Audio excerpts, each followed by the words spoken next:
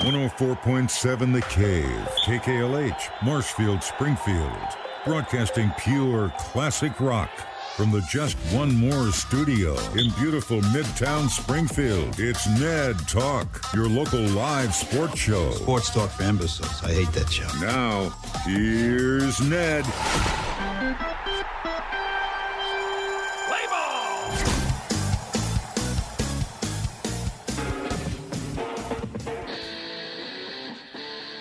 You know what they say, Ned? They say you can't keep a good man down. You can't keep three good men down. We're back here talking on the radio about sports.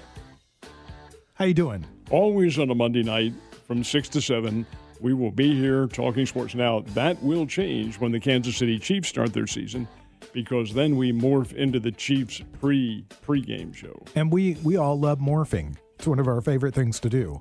Stormy, how are you? I'm doing good. Always good on a Monday night from 6 to 7. I'm Joe Westen, by the way. So Stormy's sitting with me. So is Ned. And we chat about sports on Mondays. And I thought really we were going to get away from COVID-19 today. I thought, we're just going to talk about sports because it had actually been a pretty slow week for it. I mean, the Cardinals have had their issues, but the stories started circulating today about the major football.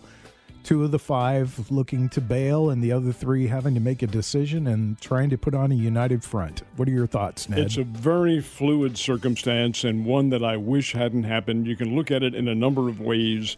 And now the Big Ten and Pac-12 really haven't made their decision final yet. And there's been so much feedback to the Big Ten from their announced decision today, in which the vote was reportedly 12-2 in favor of moving the season to the spring. But there's been so much pushback from coaches and players and others. The President of the United States, for one, Nick Saban at Alabama, just anybody. Any of the coaches are very much against this decision. Now, the Big Ten is meeting again tonight and may reaffirm what they're going to do. And the Pac-12, they're the first ones to pull the plug anyway on having any non-conference games. They'll probably follow suit if that's the case. It is very reasonable to think, in my opinion, that the Southeastern Conference would continue and play their schedule the way it's going to be. I thought Nick Saban's comment today about the players was extremely interesting and probably quite factual. And that is, in his opinion, the players are safer in camp and out on the football field than they would be anywhere else.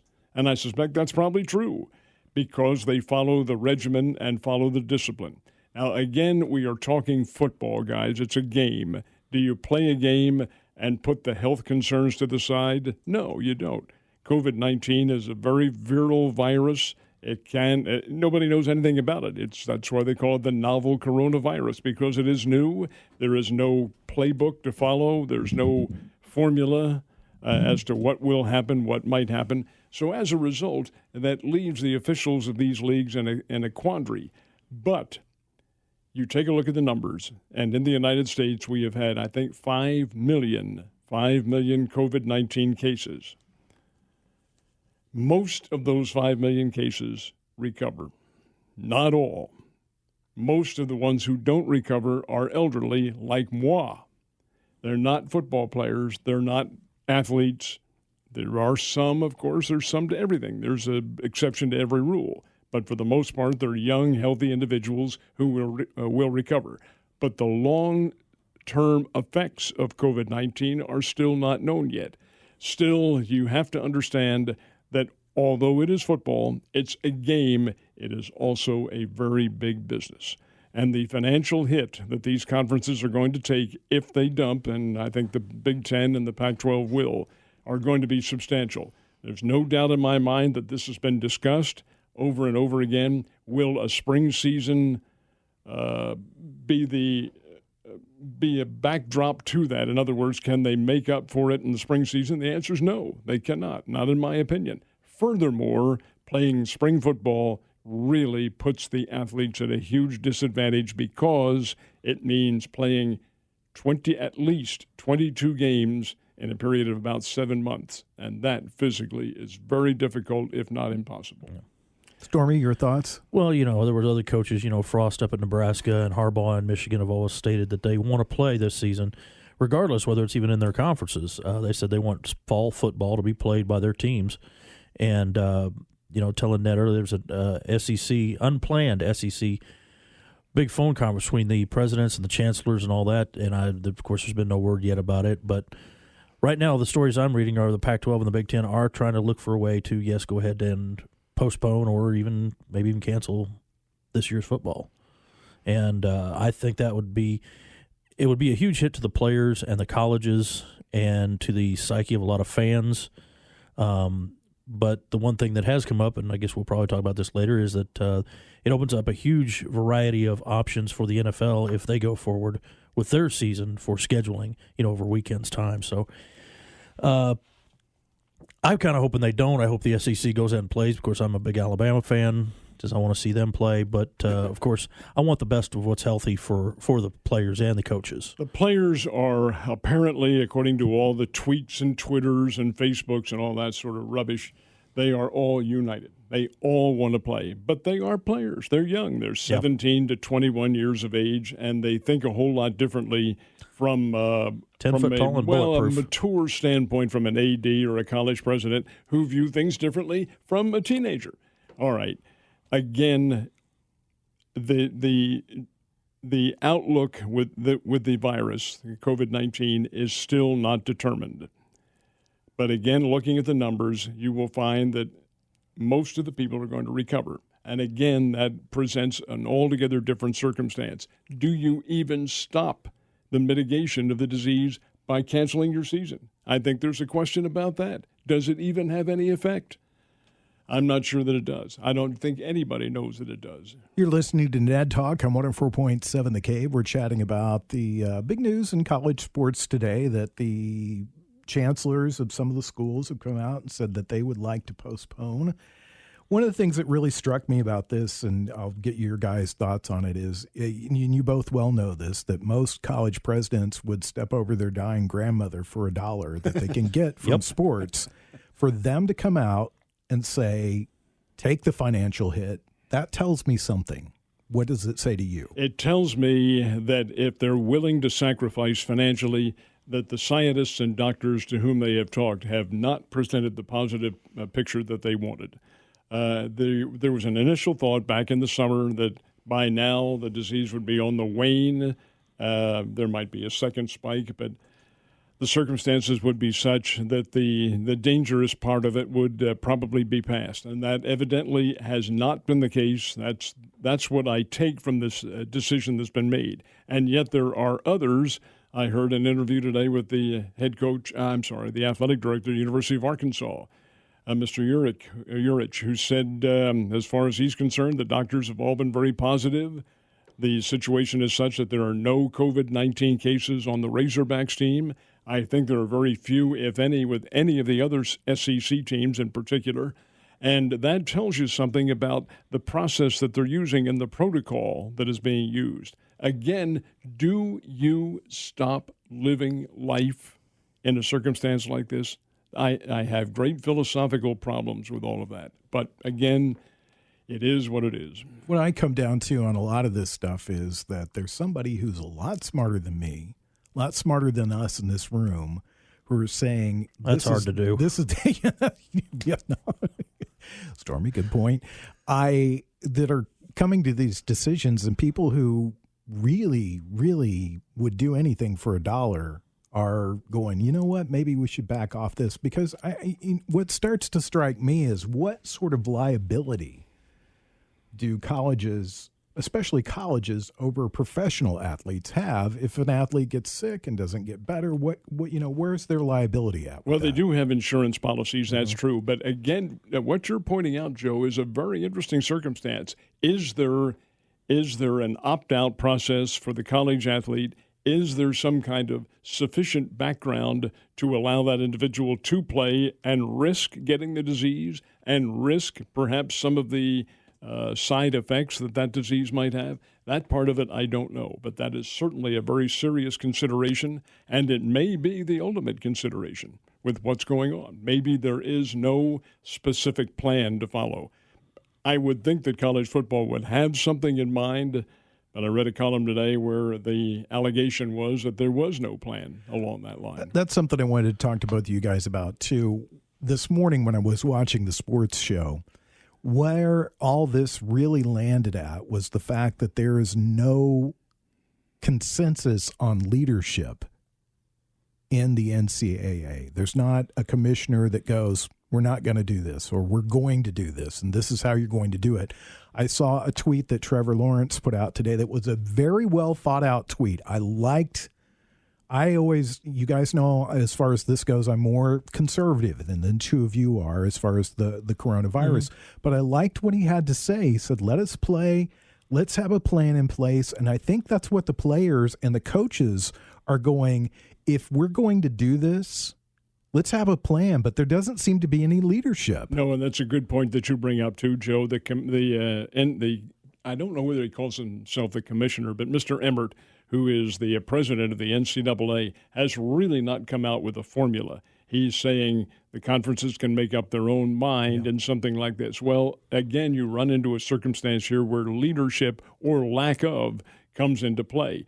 But you understand now there are, I don't know how many Division I colleges. I know in basketball it's 341, but in football I think it's probably, 60 big-timers, and then maybe 120 or 130 who fall into the Division I category. Mm-hmm.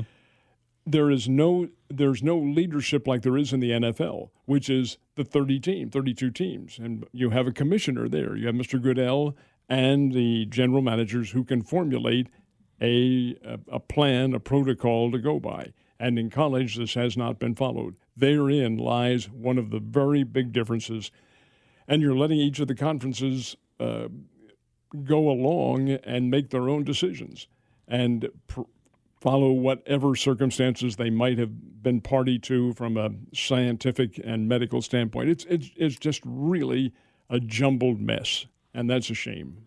Well, I mean, we hate to bring up COVID-19, and I always hate to bring up the other dreaded word within sports, and that's politics. And that's the number two thing that's on the mind of most of these college presidents is where will this fall, and will this put an axe over my head politically if I make this decision or that decision after the financial decision. And so and a lot of these college presidents, they may support their teams, they may be big fans of their teams, but most of them don't know a lot about the inner workings of a lot of sports with their teams because they just have so much else going on. But yeah. And we've got a couple never mind. But that also comes into effect. I would trust more of my athletic directors and my coaches personally, and their decisions. And if there's a unified front from an entire squad, especially when you go multi-teams together, I think that says something to me from their standpoint as well. Especially when you get some of these big-name coaches like a Harbaugh and a Frost at Nebraska and a Day at Ohio State, when these people start making comments, hey, what are we doing? Why are we canceling? When they're questioning their own hierarchy, that also tells you something that maybe there's not a lack of unification here. Well, if the college presidents would step over their dying grandmother to get $1, the college football coaches would push that grandmother down and then step over her to get that $1. So I can get their point that they want to play, that they want to do that, but I understand that a lot of these, and this again is where there's a lot of different information, is that this is what the school presidents are being told by the health and scientific people in their community. And that's the people that they ultimately have to trust. Because, but why, Joe, why is it different in different parts of the country? I think I was talking to some people at work today, and I think if you believe something, whatever that is, whatever you want to believe, you can find somebody that agrees with you. Oh, you can find a doctor that'll agree with you. You can find a TV channel that'll agree with you. You can find anything that will agree with you. And it's just part of the day and age that we live in. It's not the media. I don't want to do that because I think that's horse crap. I just do. Because the media is not this conglomerate of people that makes decisions together. They're not. We work in the media. We work in the media. We offer opinions on this show. And let's stop it right there. we offer opinions. But the media's charge is not to offer opinions. The media's is to report on facts, figures, who, what, why, where, and when, unless it is completely stated, this is a personal opinion. Bingo. Then you're all right. But like I said, you can find somebody that agrees with your opinion. And that's part of the issue that we have. Yeah, because, well, that's the way the country is structured. Well, you've got another. The gives and the takes, It wasn't always structured that way, though. I mean, no. You've never had total unanimity. No, I wouldn't say that. But when you at one time had the three major networks and they offered the news, and you had the newspapers that offered the news, and it's sort of the golden age, as you might put it, where it was who, what, when, where, why. You didn't have channels or specific things or things on the internet that allowed you to find somebody that agreed with whatever crazy thing that you want to believe. Absolutely. We live in an age of conspiracy theories. Well, we also live in an age where we never used to have 24-hour news channels and Very things true. like that. And 24-hour sports. And that in itself is not, in my opinion, necessarily a good thing, because you're getting a regurgitation of everything that goes on, and you're getting thus and such who says something and a different opinion. However, I'm sorry. I was agreeing with you. When you're dealing, however, with medicine, there has to be a uniform policy to follow, and I would think that physicians around the country would have a uniform policy as to how to follow a COVID-19 virus. It's the same virus that occurs everywhere. There's one more thing we need to take into consideration here. I mean, at no other time have we had such control over that media, because there's, less than 10 people that control, 80-90% of the media? I mean, that's a pretty tight collection of grouping. Joe is right, though. It isn't. It's not a media. It's perhaps media driven in the result and with the amount of information we're getting. But the ideas that we form and the attitudes that we form are yours, and the ones that you want to form on your basis. That's true. Expose yourself to as much as you. That sounded wrong. Expose yourself to as much as you can. I was going to say, really do. Take in as much information as you can. And we're not at Halloween yet. I try to avoid that because there's a lack. Well, there was that one incident. Yeah. So, anyways, Ned Talk. We are on 104.7 The Cave, and we're talking a little bit about sports. Yes, sir. Ned Talk on 104.7 The Cave. For the last few weeks, we've been short a couple of partners in crime. We've been kind of taking a lot of guys, a lot of beef in the studio whenever we do the show. So we've asked John and Josh to take some weeks off for us, and they're still very much part of the show. And John Oliver joins us via the telephone. John, how are you? I'm doing well, thanks, Joe. I'm glad to be back, even if it's virtually. Yeah, and I want to wish Kendall a happy birthday while we're on the air. Hopefully, she's listening, and you can wish her happy birthday. Kendall, play baseball for me. I will definitely pass that along to her. I appreciate it. You might tell the folks a little bit about Kendall and her athletic prowess. Go ahead and tell us about her. She's 14. She's 6'2", and she's currently going to be playing 8th grade volleyball. So she's got the height advantage, and she's been playing since about 4th grade and doing really well with it. Now, this is, correct me if I heard you incorrectly, 6'2", and she is 14? That's right. That's absolutely correct. Whoa. The colleges will be after her in a split second. Oh, yeah. By the time she gets to college, she'll have a height advantage on the net. Where will she go to high school, John? She'll go to Parkview. Good. Very good. Very good. Yep.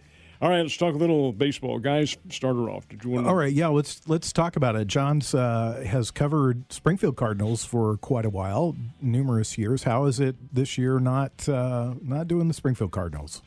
It's weird. I mean, I've done the beat reporter thing for 6 years, so I'm around the team a lot, and I've been in touch with some of the guys that are with the team that I've gotten to know, and it's just an odd feeling. It's baseball season. It's they call it the boys of summer, but it's been awkward. We have the taxi squad here in Springfield that, basically they can call people up from. And of course, with the situation that I'm sure you guys have talked about that's going on, there are many players being pulled off of that taxi squad.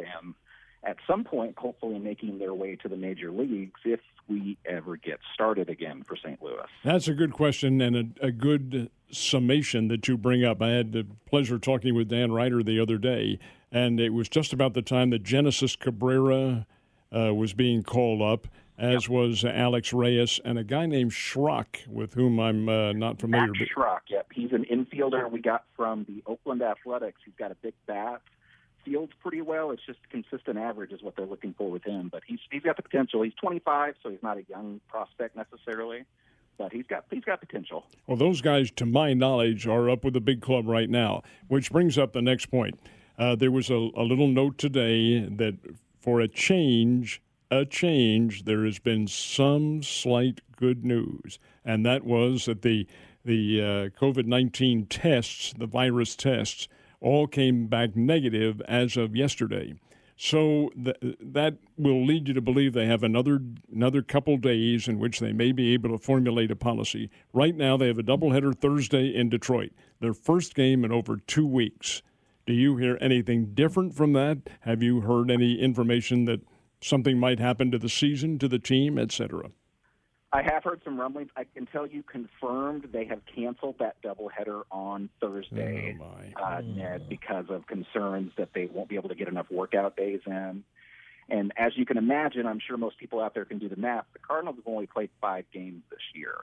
So trying to fit 55 games into what is going to become almost a 40-day calendar is going to become very, very tricky from a logistical standpoint. Now, that go ahead. I'm sorry. The commissioner, Mr. Manfred, has said that he feels like the Cardinals can play a competitive schedule, but it might not be all 60 games. Does that figure into the plan? It does. It does. At this point, logistically, it's going to be almost impossible. I mean, even with the addition of those 7-inning doubleheaders that they suggested, they're literally going to have no off days at this point, and unless you start talking about triple headers, that's way too much for any opposing team to have to sacrifice to come in. Let me interrupt you here. Did you say 7-inning doubleheaders? Is that what they're talking about? That's already been mandated. Wow. That happened 2 weeks ago. Yeah. They said because of the way things are operating, and it happened because of the Miami Marlins and the number of games they had to make up. They said, okay, double headers, but 7 innings each. So that is in the books. That's the way it'll be. Wow. Now, John, when you take a look at the number of days, let's just say the Cardinals go negative in all their tests tomorrow. Maybe they can get back on the field and practice a little bit. In your opinion, how many days would it take them to get ready? They could be ready if they test negative again tomorrow. Then they have the players there at their homes in St. Louis, the ones that are still eligible that aren't on the IL list. So they could technically play as early as Friday. Mm-hmm. It's really up to Major League Baseball if they feel comfortable at that point, and if Mike Schilt and the Cardinals organization feel like the players are in game shape from being off for over 10 days at this point. What I find to be very interesting is the fact that the Cardinals have had such a 2-week time off because of the COVID-19 that some of the individuals who originally were diagnosed are ready to come back again. It's been that amount of time. True. Yes. Yadier Molina and Paul DeYoung. Molina actually took his first test, I believe, yesterday. And you have to, of course, have 2 consecutive negative tests. He was negative. So we'll see how his second one turns out. So it's been long enough now, Ned, to where some of those players that we were initially fearing we'd be without are probably going to make it back. But they are also going to be stale, and the pitching staff is really going to take a hit with the numbers of doubleheaders that they will have to play, regardless of all that. What I think probably what I find to be very interesting, John, you may or may not have some insight into this, is how this COVID-19, Miami had the initial outbreak, but the Cardinals here in the Midwest have been affected the worst of all teams in the major leagues. How does something like this happen? You bring up a great point, Ned. And, I can give you an example. It was on Sunday night, the Cleveland Indians. Everybody remembers Dan Plesac, I think, that's followed baseball. His son, Zach, is a pitcher for the Indians. And he threw a great game. I believe gave up 1 run in 6 1/3 innings. And unfortunately celebrated by leaving the team's hotel Saturday night. Oh, gosh. He was sent home for 14 days without a test, without being questioned for breaking protocol. In the Cardinals situation, there have been rumors flying around, and Ned, you've been around the Cardinals as long as I have. They have a way of, without embarrassing anybody, doing things internally. Mm-hmm. All I can say is there were a lot of confirmed reports of a certain number of players, be it 2 or 3, who went to a casino in Minnesota and kind of broke the protocol of, staying in the hotel or the quote-unquote bubble. You can take what you will from that. Anybody that has, the MLB.com website available can look and see which players went on the injured list. There is one that went on the injured list that is not injured but did not want to release that he was COVID positive. So I'll kind of let that speak for itself. And, John, in my opinion, that does speak for itself. Yep. When that guy, and we're not going to damn his identity. Well, he hasn't identified himself. But the fact is that when it happened, we all speculated here, that's the guy who was probably primarily responsible for introducing the virus, and probably because they all went to that casino against the protocol rules. And why would they? Because they don't think. They're boneheads. They're young, and they're invulnerable to all the diseases in the world. And that's how it gets started. Kind of like that Rudy Gobert of the Utah Jazz, who said, "What is this virus? I don't believe it." And it goes around, kissing everybody and all that sort of thing. And he comes down with it. Yeah. Come on, people. Yeah. Well, we talked about this early on. I think, John, when you were still doing the show in person with us, we talked that it only took one bonehead to bring something down, and it looks like unfortunately for us locally, it's the Cardinals. Yeah. Yeah. So how are the Cardinals looking before? Cardinal fans, Joe. Yeah. Our team, Miami was a hotbed when they went through this. Missouri's not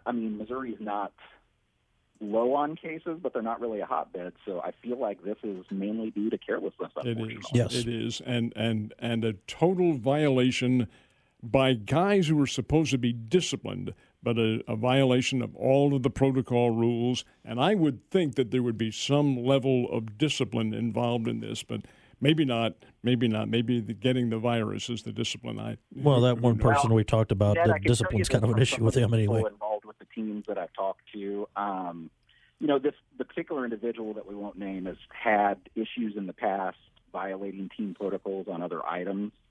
So, in my humble opinion, I don't think you're going to see this player on the roster next year. I absolutely agree with you, and I'm not sure that we should have seen him on this year because he didn't have a good year last year either. It's Paul Goldschmidt, isn't it? I can assure you it is not Paul DeYoung, nor Paul Goldschmidt, nor Yadi or Molina. No, okay. No. Let's talk about this real quick, John. I want to keep you on for another segment so we can talk a little bit about basketball. But we talked about this a couple of weeks ago.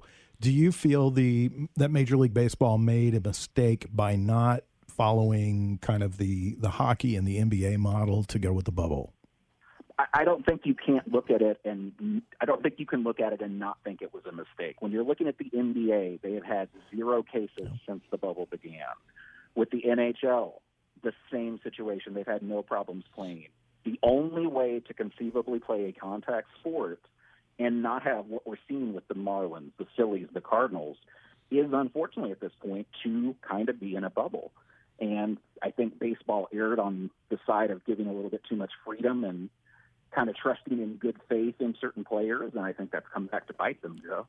Just as a point of argument, okay? Uh-oh. Just because I'm contrarian on that, because I'm an old man, I can get away with it. I have to disagree, guys, because I don't see how you can play baseball in the bubble that these teams are. These are fewer players, the basketball players, it's 12, the roster 12, 13, 14. The hockey is a little bit larger, but not all that much. You can get away with playing in a bubble with those particular sports. But in baseball, I would think isolating it to Arizona or Miami or Florida or Texas, I just do not think that would have worked because you're taking players away from their home surroundings. You trust in the guys being mature. You hope they are. It's turned out that some are not. But we've only talked about 2 teams, 2 of the 30 Major League Baseball teams. That in and of itself is pretty good, and maybe the lesson has been learned. We can look at it optimistically that way. We can definitely hope. Yeah, we can. John, let's hang on the phone with us for just a minute if you've got some time, and we'll come back and talk about one of your other favorite sports, which is basketball, and I know that's going on right now, so we'll come back with John Oliver. Join us. It's Ned Talk on 104.7 The Cave. Ned Talk on 104.7 The Cave, your local live sports talk show. At least last time I checked, we're all live. Ned, you there? Okay, Stormy? I think so. Okay. John Oliver is on the phone with us, adding some intelligent insight, something that this show has sorely missed for the last few weeks. And let's talk a little bit about basketball, because I know that's one of your favorite sports too. I know that's I think that's Holden and Marshall. They love basketball, don't they? They do. They're huge fans, yeah. So by proxy, I need to be a fan as well. So they're excited basketball's back. What do you think? Do you like the bubble games, or do they seem a little creepy to you? You know what? It's kind of the same thing with baseball. You know, the no fan thing, I thought it would take a lot more getting used to. In the NBA's case, I don't really feel like it's a huge detractor. And that's surprising because in the NBA, as you guys know, the fans are right there on the sidelines. You know, Lakers fans obviously famously get involved with celebrities and things like that. But I like the way it looks. I like the way they spread out the players. They're still close enough to talk. It doesn't feel quite like a normal game, but it's close enough. It's definitely close enough. You know, John, it's interesting you bring that up. I think we as the viewers probably share, for the most part, your thoughts on this. It's action. We're watching it. We're watching the isolated shots of the players and so forth. So we're really not you don't get the ambiance of the arena by watching the games the way they're being presented now. But to a person, and I noticed this on the golf course yesterday with the PGA and with some of the others, there's not a single athlete who has said, boy, I'm glad the fans aren't here. They all say, oh, my goodness sake, we do miss them. Paul Casey, who is one of the contenders for the PGA title right down to the wire, he's a former Arizona State All-America, has said, I really do miss the people out here cheering. That really gives you some boost. And the kid who won the thing, Colin Murakama from the University of California, his campus is, 30 miles away from the golf course. He had some California people up there. Now, they probably were club members or individuals who could get in because galleries aren't allowed. But there were some. But for the most part, the golfers, the basketball players, you hear LeBron James talk about missing the fans terribly. And if the same thing happens in college basketball, I can promise you the athletes will miss having those crowds around. Yeah, and you're absolutely right. They definitely feed off that net. I mean, the crowds are a big part. I mean, athletes, adrenaline can take you so far. You still have that desire to win. But I don't know that there's many athletes that don't feed off the crowd in some way. Mm-hmm. And, you know, I've heard a couple of players. I know Russell Westbrook, James Harden, Steph Curry, you know, some of the bigger scorers in the league have talked about it's a big difference in depth perception as far as, you know, shooting towards the basket without the crowd there. They feel like the basket looks much closer, and they've had trouble making those adjustments without the crowd there to kind of buffer out that area behind the basket. That's a perception that I think a lot of individuals who've never played the games fail to understand or fail to have it materialize in their mindset.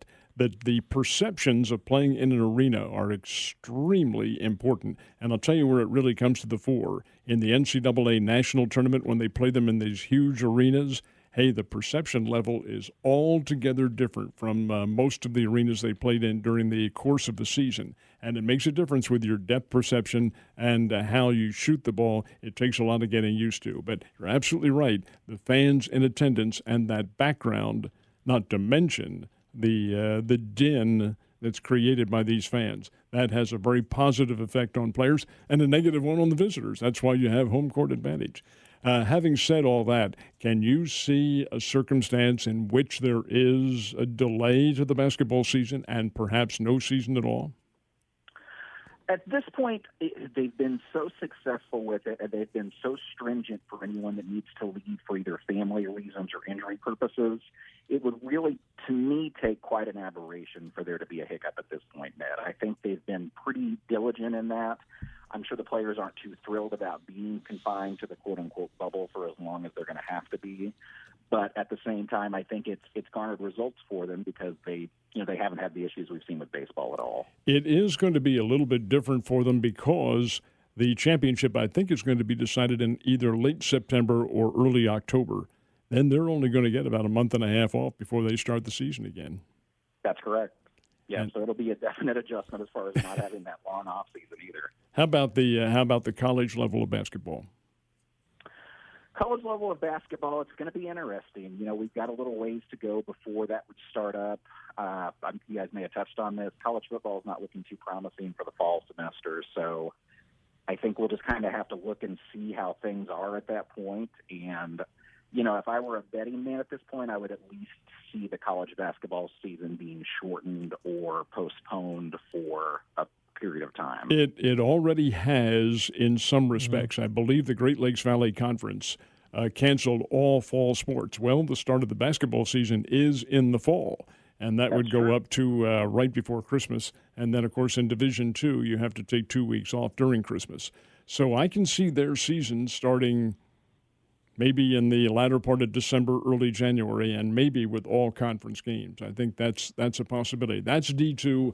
I can't tell you about the Bears in Division I because I haven't heard too much on those circumstances yet. As far as the colleges, you know, this is just a personal opinion. The Big Ten allegedly is going to vote tomorrow, or maybe tonight, to cancel the fall season, and the same with the Pac-12. The other conferences, I can almost see the Southeastern Conference playing alone this year. Yeah. I think, you know, football in the South, that's a big deal. That's a big deal. And especially if you get like Texas, which lives off of high school football in that area. If they have to losing this too, that would be huge down there. It'll be interesting to see how they make their choices. My understanding is that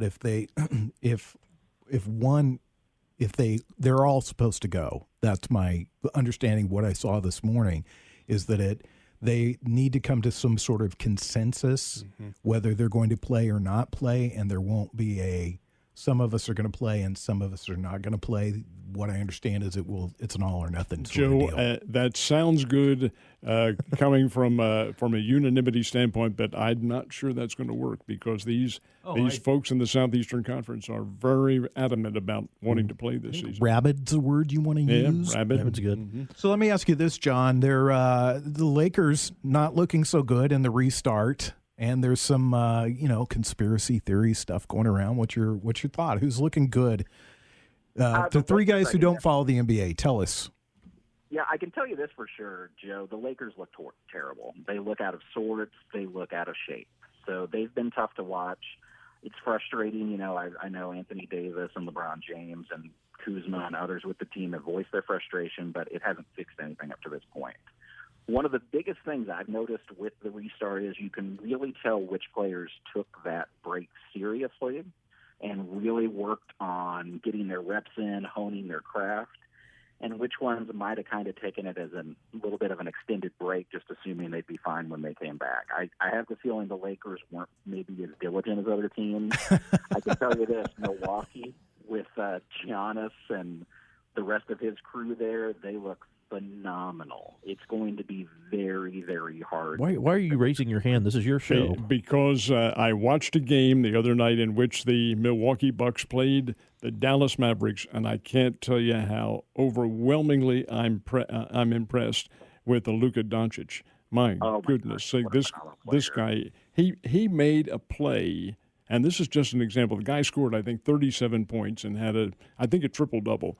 He goes charging down the lane, passes between his legs to another Maverick who blasted it home on a dunk. I said, how do you do that going full speed?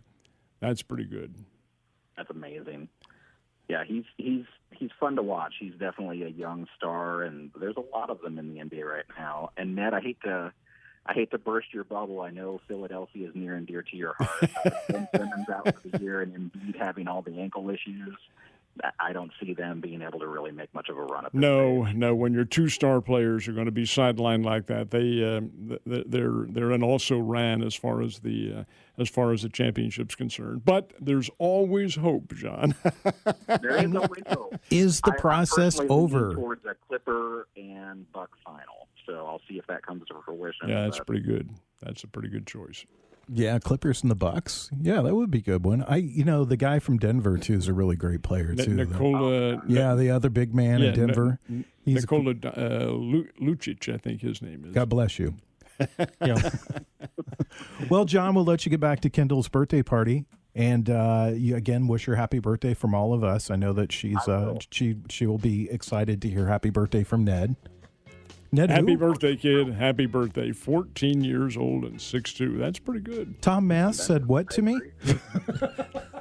All right, John, stay safe. We'll talk to you in a couple of weeks. Okay, see you, buddy. All right, sounds good. Good to hear from you guys. You're listening to Ned Talk on 104.7 The Cave. Ned Talk on 104.7 The Cave, your local live sports talk show. We'll get to everybody's favorite segment here in a moment. What did the Queen City Insane Asylum do over the weekend? But I know, Ned, because I listened this morning to you and Mike the intern. You guys do your morning breaks and discuss sports together. You were talking about golf, and I want to know more about that. This was the PGA National, and they played it at Harding Park in San Francisco under really, in all honesty, adverse weather conditions. Now, I'm not talking about rain and all that sort of thing, and hail and thunderstorms and snow and all that. But they had what's called the marine layer came in off the Pacific Ocean, and it affected only where they were. The announcers were talking about 10 miles away. It was beautiful, sunny weather and all that. And there, the temperature is 60, and it's foggy. The golf was outstanding. Nothing short of outstanding on a very difficult course. And the kid, Colin Morikawa, who is a 4-time All-America from California, University of California, and Berkeley is just down the road from where this tournament was played, broke out of an 8-player tie in the back 9 at Harding Park. And he did it, first of all, by chipping in from about 35 feet on the 14th hole, chipped in, and then 2 holes later, eagled the 16th hole, and that put it away. It's 13 strokes under par. It was terrific golf with an 8-player tie. Had I been a betting man, I would have bet on Dustin Johnson to win the thing. He had led for much of the tournament, but he could not put it together. He finished in second place, 11 strokes back, which is pretty good. But this kid is 23 years old, Morikawa, and he is a future star. He's been in every single tournament. This is his debut year on the PGA Tour, and he has been a significant part of every tournament, plays beautifully. When he drove the green on the 16th hole and got an eagle out of it, you had to say, boy, here's a kid playing in the PGA National Championships, the first of the year's majors, and he is able to survive that kind of pressure and win in those circumstances. That is pretty good. Did you watch any of it? Did you watch any golf? Are you a golf watcher? I can't watch golf. I mean, the only time I ever play golf is when there's a windmill, a giant clown head, and a dinosaur involved. I mean, so I've just never really been into the game. Although I do respect a lot of the great players they've had, and got to meet a couple of the legends when I lived down in Florida, Nicholson and Palmer, and so. But I can't watch it. You have to understand how the game is played. It's slow. It's methodical. You have to be very, very judgmental on how you play your holes. And here's an interesting fact that you find. Back in the late 90s and through the early part of the 2000s, Tiger Woods was the best player in the world. The best. He is still the best in a lot of minds, but he is not. He's been a victim of his own success because the players, the young kids out on the course now, are great players, and they have modeled themselves after Woods. Woods is still a fine player, but so are all the others, including this kid, Morikawa, who is out there.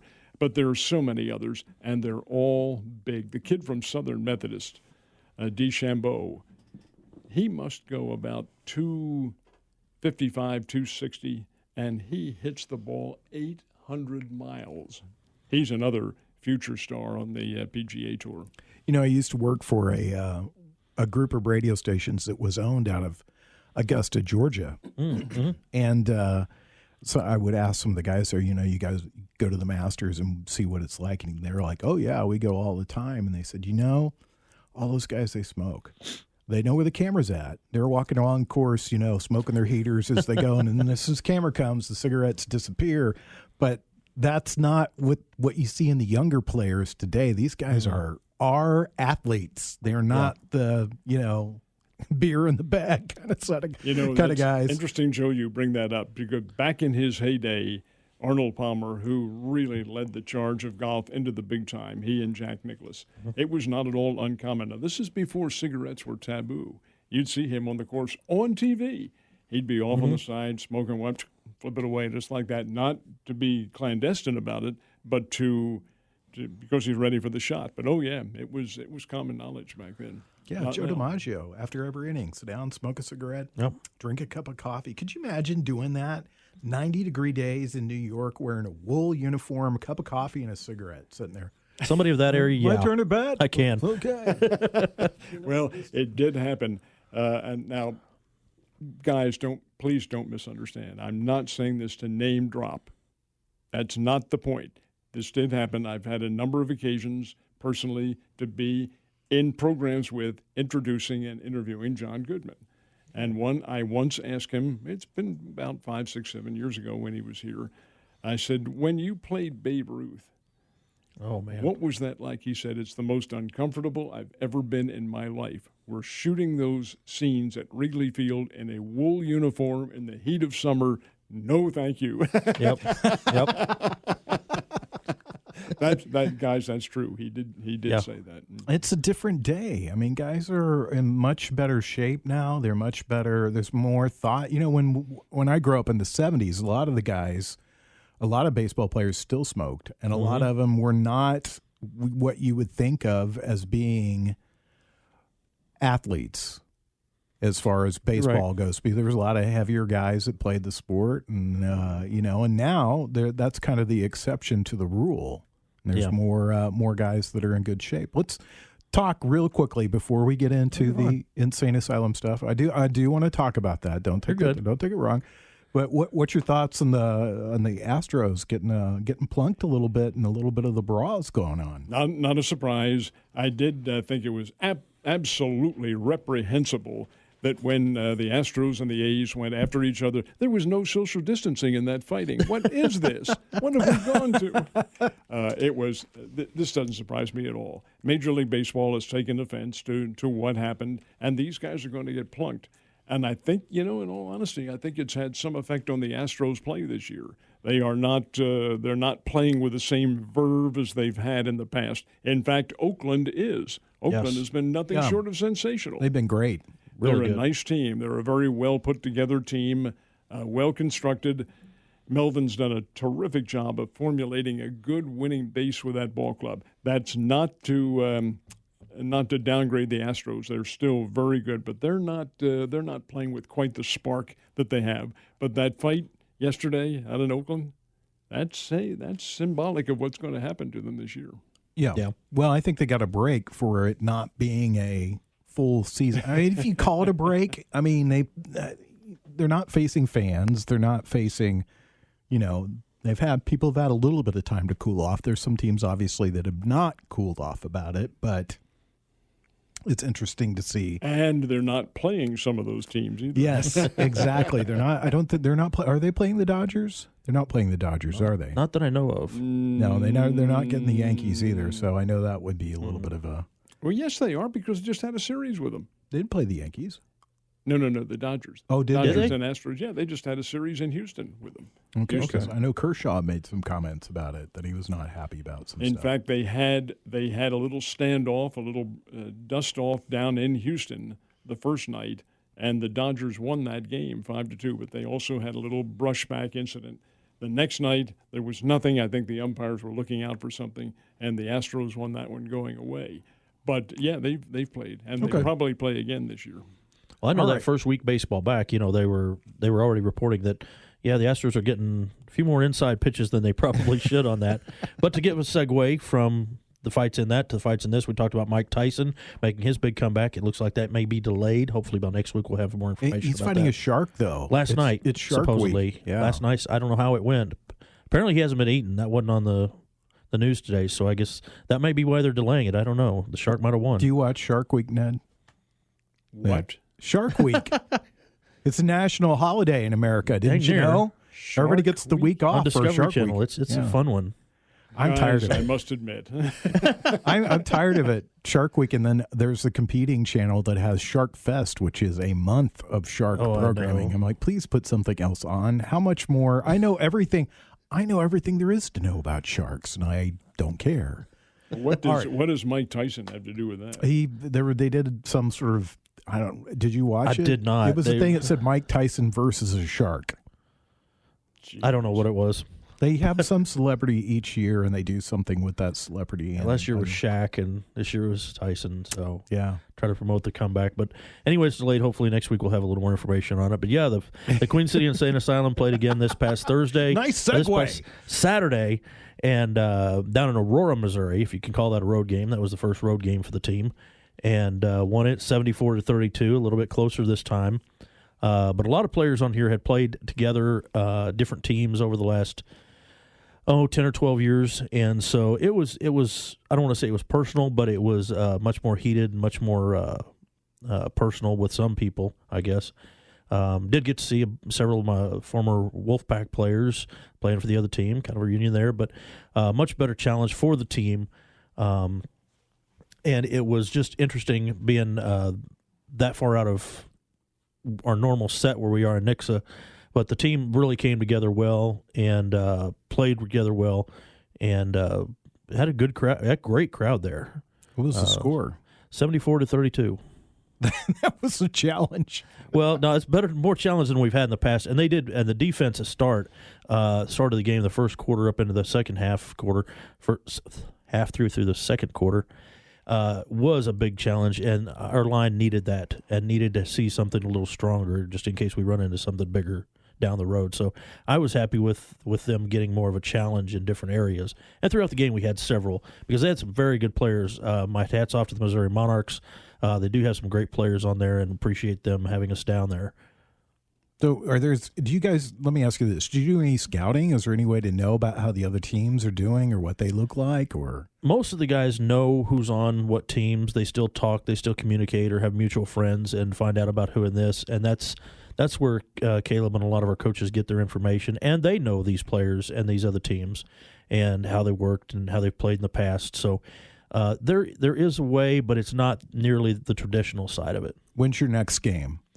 Right now, we're looking to try to book a game on this Saturday. I don't know exactly when or what time it's going to be. We're still throwing this season together, man. You got to remember this season really wasn't supposed to happen for the IDFL, and they said no, heck with us, we're throwing it together, and so it's building as it goes. So if you got 8 or 16 guys out there that want to play football, just give Stormy a call, and you'll get a game. You'll get a game. We'll probably have an open tryout sometime in the fall. I wouldn't be surprised at that. Well, Ned, just see one. Are you looking at me to play? Do you want to play? Is that what you want? Do you want to? No. No. All right. Okay. All right. Any plans for the rest of the evening? Mine are to go home. Yeah, I'm socially isolating. You've done that for a long time, though. A long time. A long time. Stormy, thanks for being with us. Always. As always, Ned, thank you. We'll Pleasure see you always, next sir. Pleasure. Monday night when we do it again. It's Ned Talk. If you are turning in, you're going, where's the music? Or you're thinking, gosh, I missed all this riveting conversation. You can download this starting tomorrow as a podcast. It is Ned Talk. We love having you guys. It's right here on 104.7 The Cave.